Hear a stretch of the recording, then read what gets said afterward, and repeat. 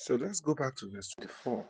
Therefore, whosoever heareth these sayings of mine and doeth them, I will liken him unto a wise man. Can you see that?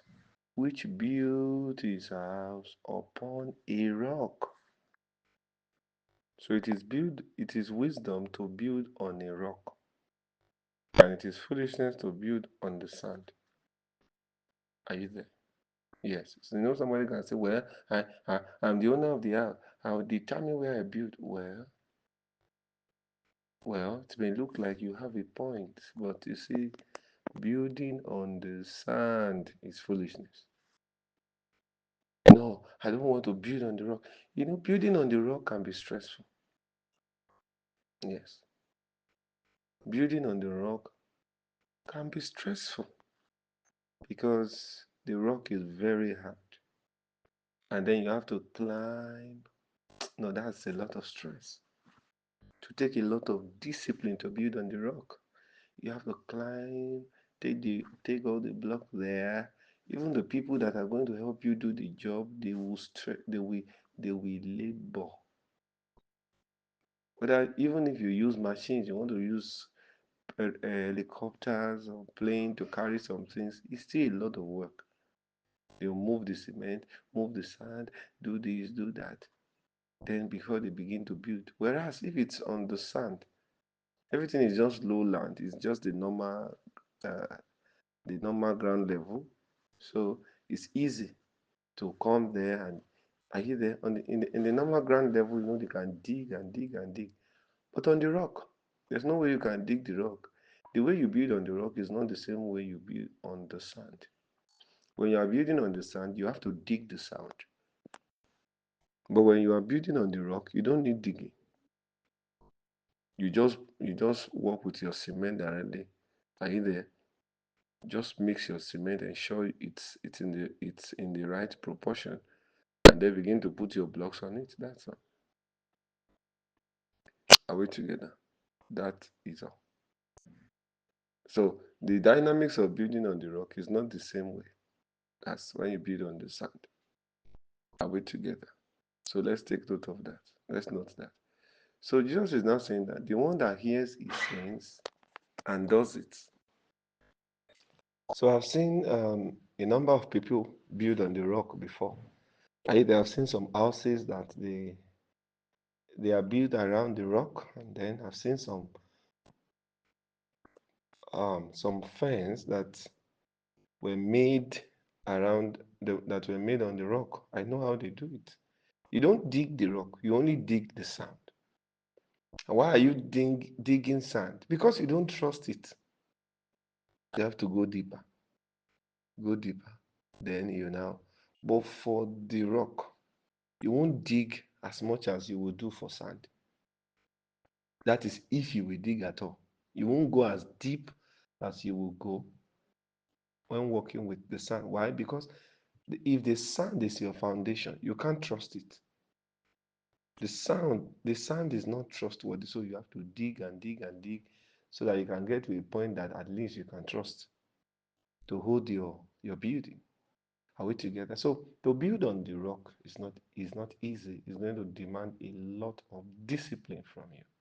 That's why many people, although they love the rock reality, but they are not building on the rock. Why? Because they don't want to be open to that stress.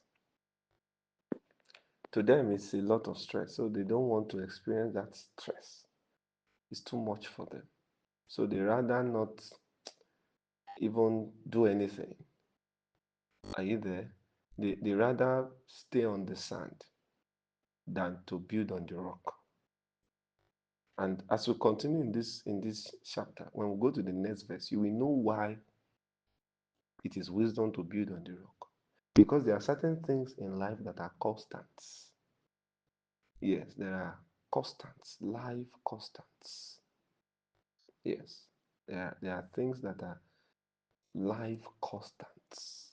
And we're going to see them in the next verse. But please, before we move to the next verse, I want you to note this. It is wisdom to build on the rock. And it is foolishness to build on the sand. Are we together? That's it. Foolishness actually, when you begin to act foolishly, it looks like foolishness is a kind of wisdom too. Yes, because it looks like it's easy, you are not sweating, but you will lose. You will find yourself, you will blame yourself at the end of the day. That thing that is looking like you are enjoying yourself, you are not sweating, everything is fine, and there, you will lose at the end of the day. Do you get what I'm saying? So foolishness is a kind of wisdom, but that wisdom is not the wisdom of God.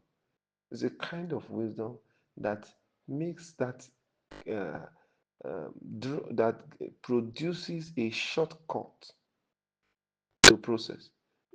Foolishness is a kind of wisdom that helps you to boycott process. Are you there? So foolishness is that kind of wisdom that helps you to that makes you feel that you can jump process and still get the thing done. That's foolishness. And that's what some people are doing. Are you there? They just got rich. And then when you tell them to explain how they got there, they can't explain. But now they are rich. You know why? They have jumped process. When you jump process, by the time we ask you to explain how you got to where you are, you will have nothing to say. Why? Because you arrived at that, you arrived on that spot through foolishness. So foolishness can also help you arrive. Yes, it can look like you have arrived. You can arrive by foolishness. You can win by foolishness. But you see that winning that foolishness, you know, project is actually lose. Is actually a loss. Anytime you win by foolishness, you have lost. But you will not know. But you have actually lost. In the real sense, you have lost. Are we together? So foolishness is a kind of wisdom that uh, helps you believe that you can jump process and still arrive at the exact spot. It's foolishness that gives you that confidence. Must I work before I have money? Must I do something that is legal to be rich? Is it not just to be rich? It doesn't have to be legal things. What is important is that I'm rich. Can you see? That's foolishness talking there. That's a foolish man talking there.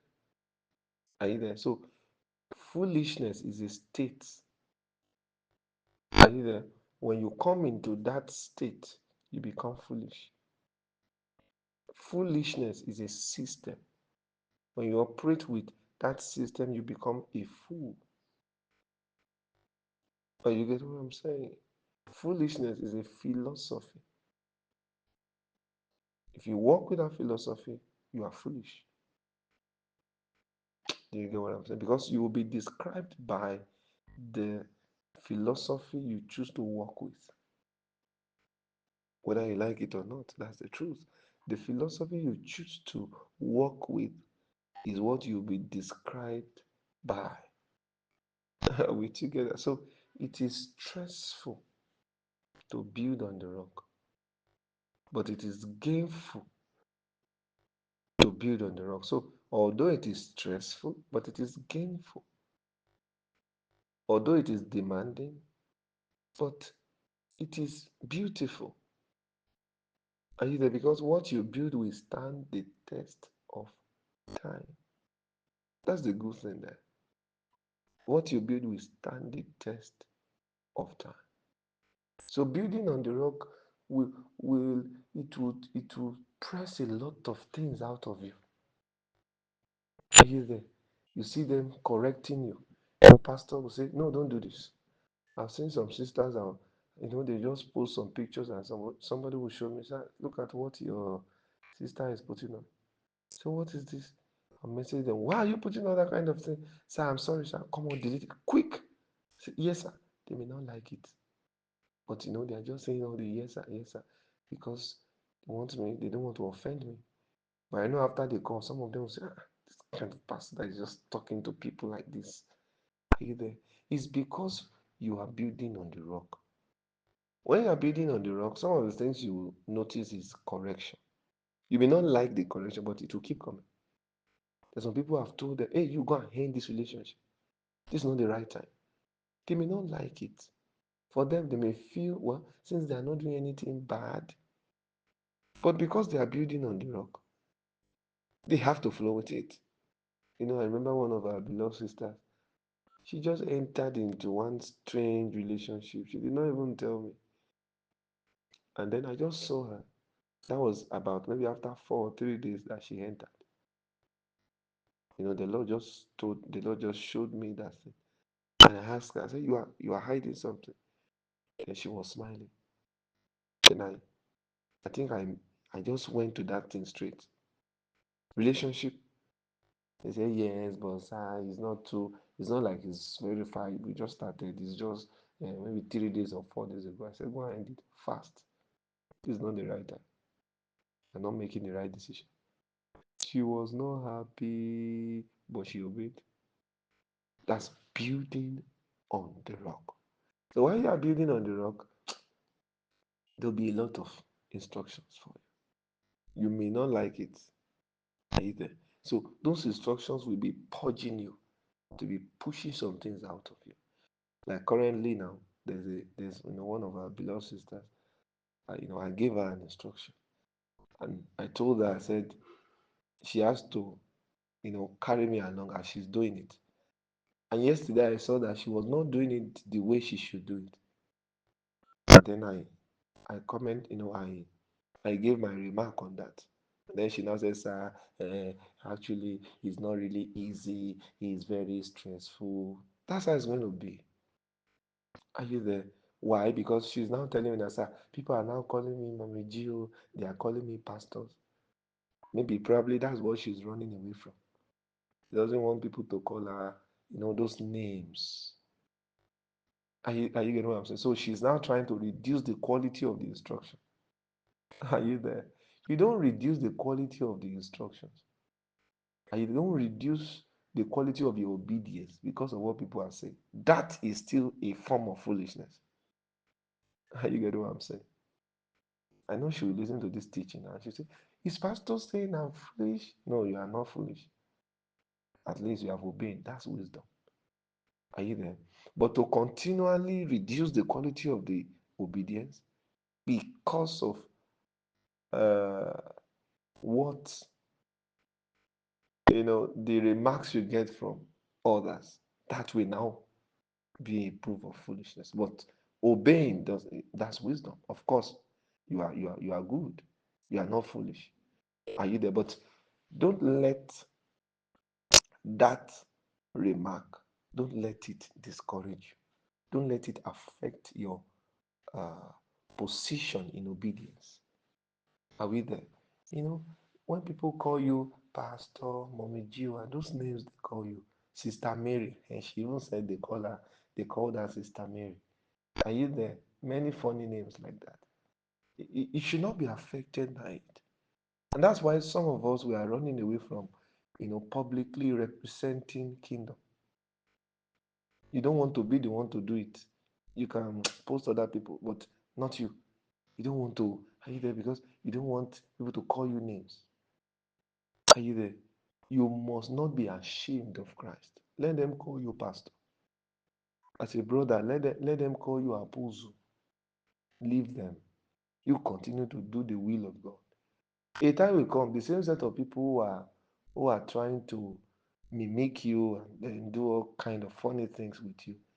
They will reach out to you one day and say, please show us the way to the Father. That's the beauty of it. It has happened to me before. Some of those who were mocking now came and said, show us the way to the Father. And I know many more will still come.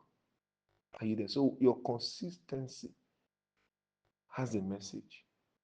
Has a message. Yes. It may look like you are in a mess, but you'll be consistent in the will of God. You see that your consistency will bring out a message from that thing that looks like a mess.